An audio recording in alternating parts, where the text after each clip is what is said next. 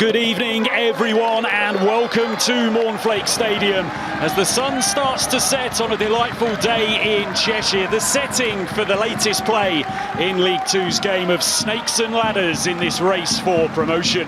Here there are no illusions about what needs to happen over the final 5 games of the season. Margin for error minimal, the want for wins craved and demanded. 4 points the distance that needs to be overcome to reach the top 7. Tonight a platform to push on needed for Lee Bell's Railwaymen, who were second 2 months ago, but now find themselves with ground to make up and the track shortening in front of them.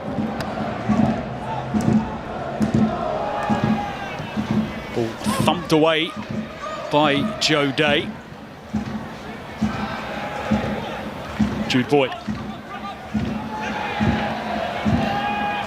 Cheltenham certainly growing in confidence here as Jude Boyd gets the better of his man and whips in the cross, and they've got themselves ahead. The pressure pays off.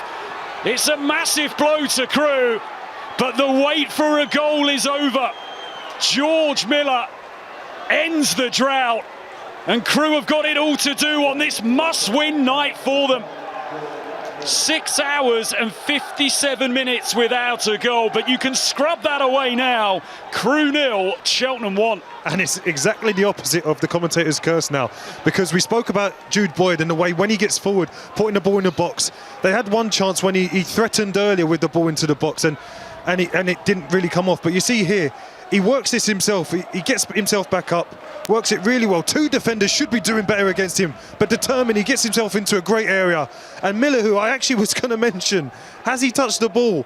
Because I haven't really seen him, but he gets it at the right time. He's Johnny on the spot there, can't miss from that area. Even though he didn't head it the best, it goes in, and it's 1-0 to Cheltenham. It's his 10th goal of the season in all competitions, and now perhaps the confidence will be coursing through Cheltenham. They have waited for so long to get that goal.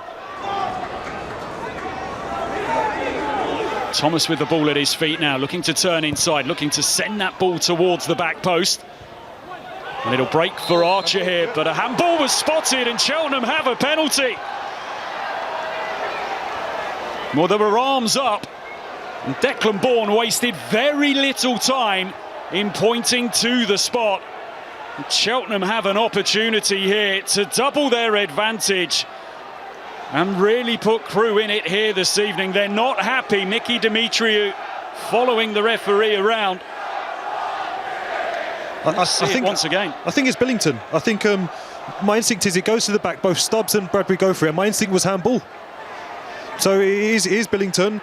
Listen, by no means, he probably doesn't know a lot about it, but the way the handball rule is now, it's away from his body. It's what they'll consider an unnatural position, and I'm not surprised the ref gives it just because his arm comes out of nowhere.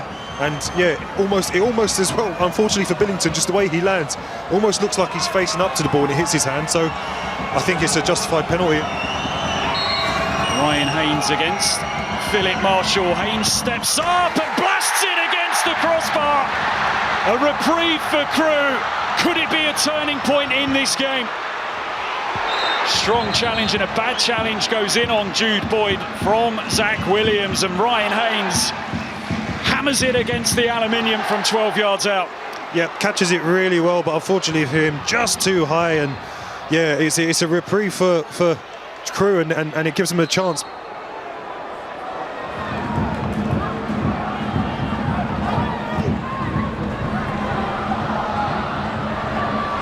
Bogle considered it instead.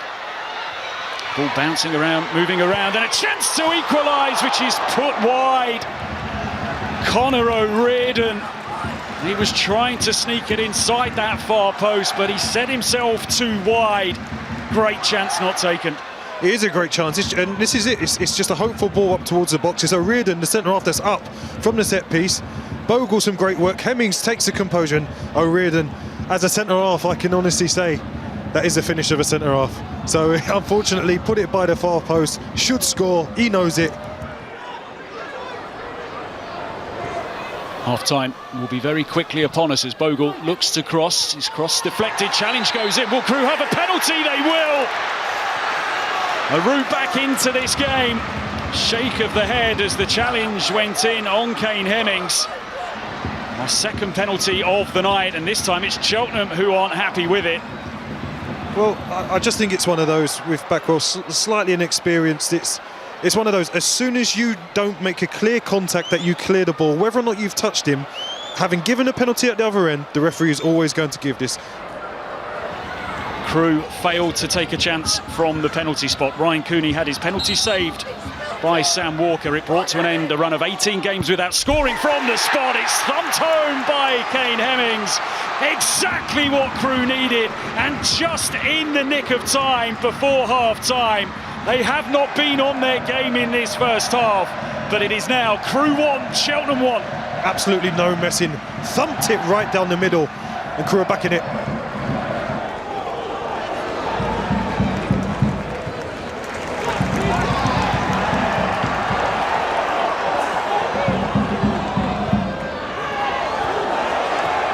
Laid off by Hemmings, played back his way, Hemmings strike, pushed away by Day. Awkward one for the keeper, down by his feet, and he had to get down quickly. It very well could have been two there. Yeah, and you really fancy him. It's initial good work from Sanders, plays a great ball into Hemmings, and he plays it back. And as it comes back to him, it just comes onto his left foot. Even with his left foot, the momentum's there, he holds his run. Yeah, and it's an easy save in the end for Joe Day. Backwell, lovely touch from him to find Archer. 4 Cheltenham players waiting in the middle, but Owen Luntz sticking on Archer, but they will get to have a go here from a corner, and a corner which Jordan Thomas is making his way over to take. He doesn't look too happy as it goes, Michael Flynn.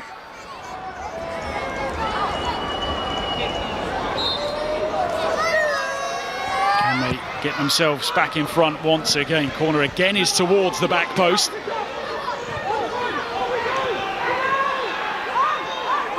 Addy Dokin able to step forward, sending a really dangerous ball which is met and fired in. Cheltenham back in front, and it's Jordan Thomas with it. It's a devastating blow for Crewe and their hopes of a playoff place. What a ball in that was by Addy Dokin. And Cheltenham have just over 12 minutes to hold on to this lead. Crewe with so little time to save something on this huge night for their season. Yeah, and it's the second phase of the set piece. It's not quite a set piece, but they never get out, Crewe. They never get out. As the ball's cleared here, they never quite recover. Look, still too many men deep. As the ball goes back to Adedokin, they should be stepping right out.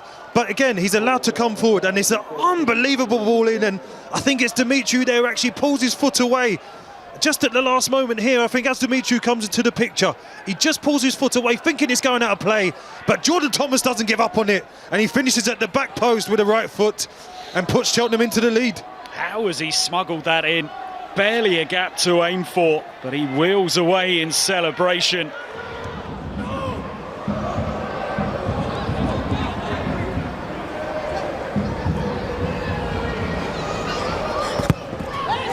Cross comes in here. The ball just breaks behind Liam Dawson. He has a physical, it's a wonderful hit! And it might just be the perfect way to wrap up the night.